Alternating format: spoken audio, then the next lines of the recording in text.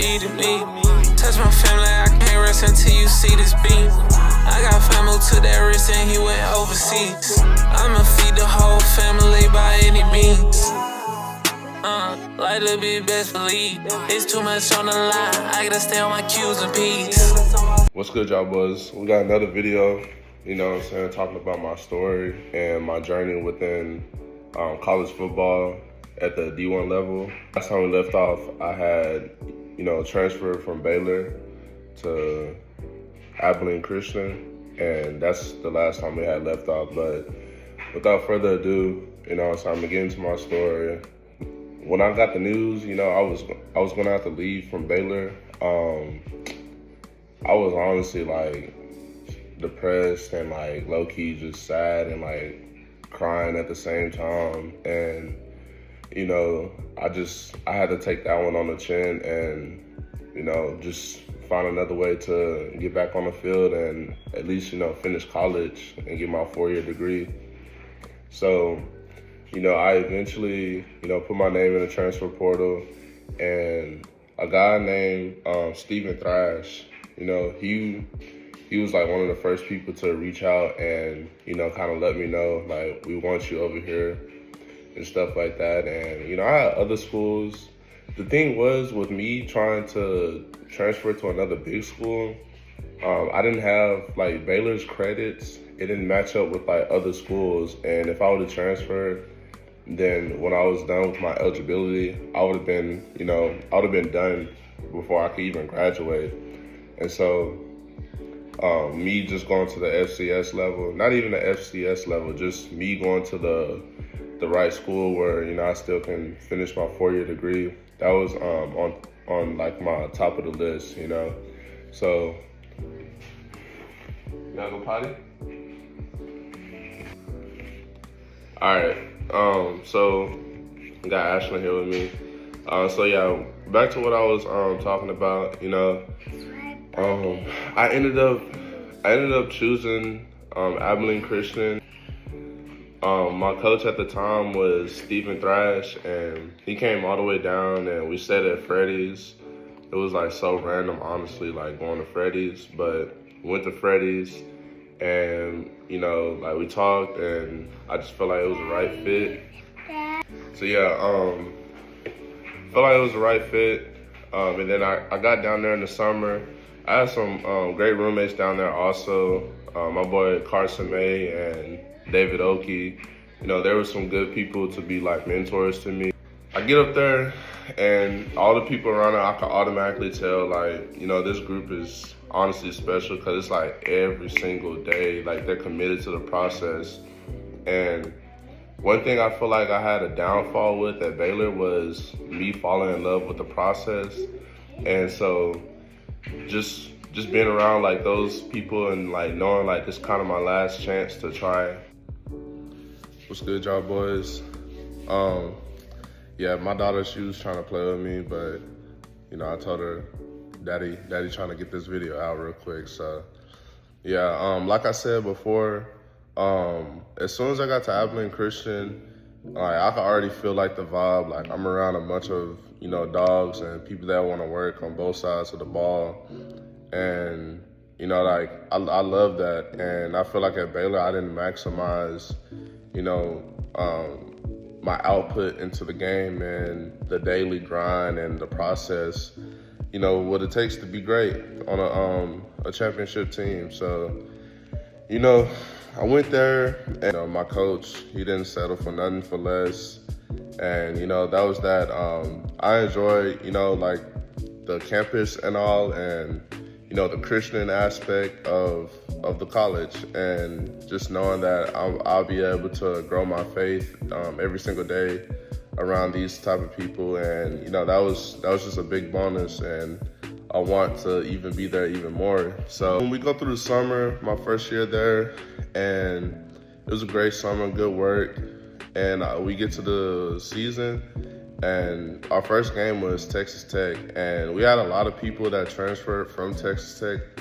And so you can see there, like, already, like, it's a little bit of a rival, West Texas.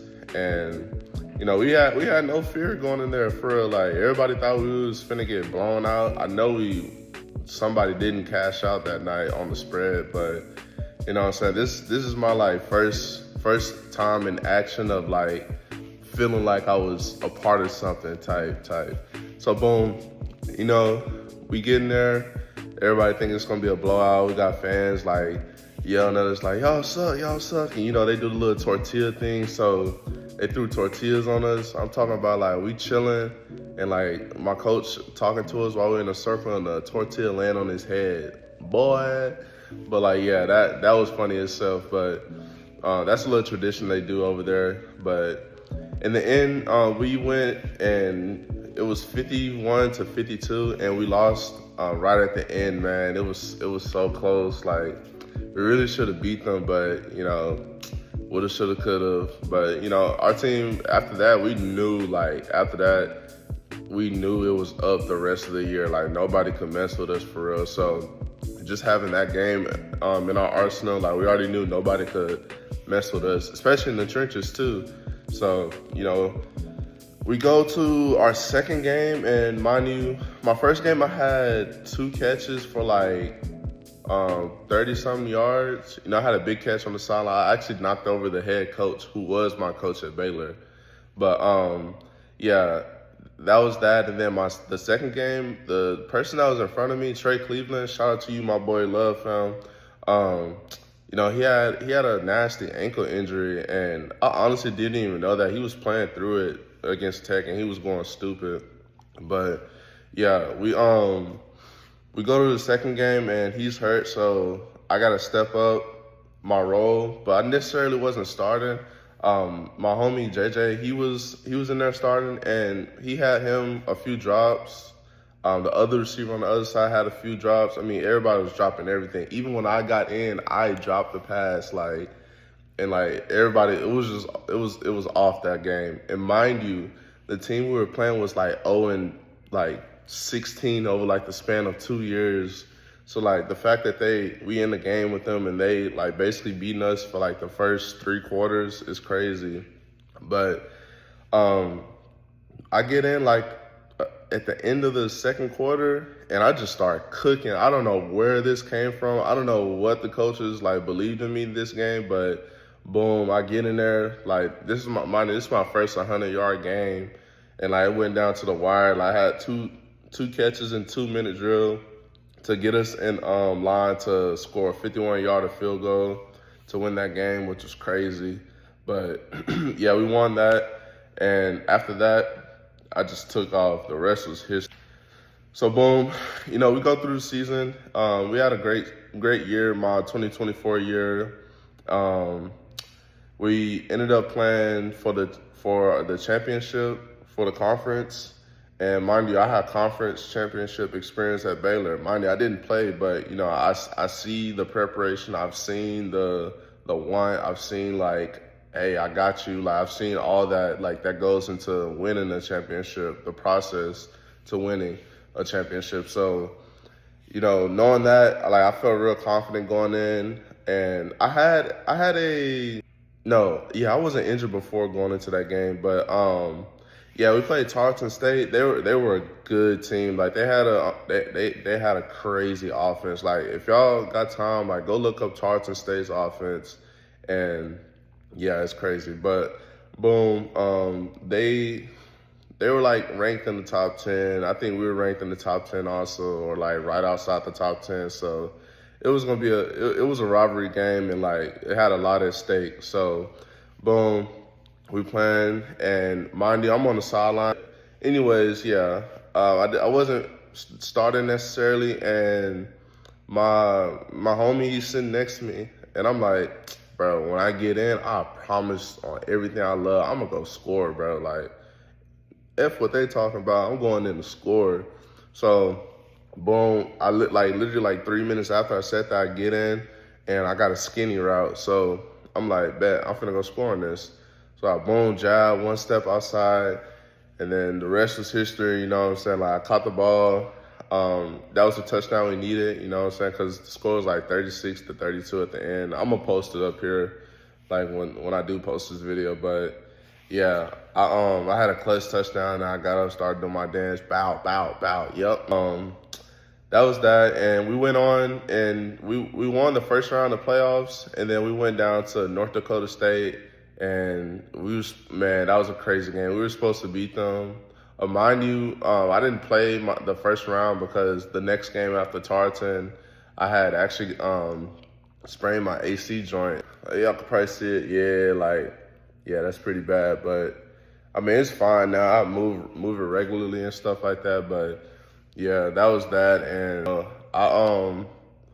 I couldn't really ask for more my first year at ACU. I mean, we went against a great North Dakota State team, #1 in the country, and they ended up actually winning the Natty. So, if we could have pinched by them, man, the sky was the limit for that team. But shout out to all that boys on that squad, man. It was truly love playing with y'all boys that year, and like actually feeling part of a difference maker. And yeah, that was that. So I'm gonna go ahead and transition to my senior year. You know what I'm saying? So we had two 1,000-yard receivers my junior year at ACU in 2024, and I was like the third or fourth leading receiver after that year, and so knowing that, I know I got to step up my role because those two 1,000-yard receivers were leaving. So, and that being said, I had to fall back in love with the process again. That's what a lot of people get it wrong at. Like, they want to, oh, I want to win this championship. I want to do this. I want to do that. But in reality, bro, like, you just got to fall in love with the process for real, bro. Like, every little detail, like, that people always say, like, look, it's the details. Like, it sound like khaki, or like, it sounds like, yeah, easier said than done. But I'm telling you, like, if it says go right, then go left at a 90-degree angle, go right, go left at a 90-degree angle. It's simple. It's not simple, but it's simple. But anyways, had to fall in love with the process again, had to step up as a leader my last year at Abilene Christian, because we were trying to go back-to-back conference champs, and, that was a big goal in my mind. And I also wanted to be the first team to go undefeated at home in Division I. So, my senior year, mind you, like, in the fall, I had sprained, like, my SC joint. So, like, automatically, like, I'm like, dang, bro, I'm done for. Like, I'm already behind the schedule, like, it's my senior year. And, thank God, I had a speedy recovery. And, I still had to play hurt my senior year with my shoulder being like that. So, first game against Tulsa, I had, like, 3 or 4 catches for, like, 70-something yards, but I had a nice deep ball catch. Like, it literally looked like I, like, broke my neck to, like, try and catch that or adjust to it. And then when I caught it, it looked like I died for a second, which is funny. But yeah, we went through that season with a lot of ups and downs. We actually played SFA, which is, like, the best secondary we've seen, like, or we were going to see all year.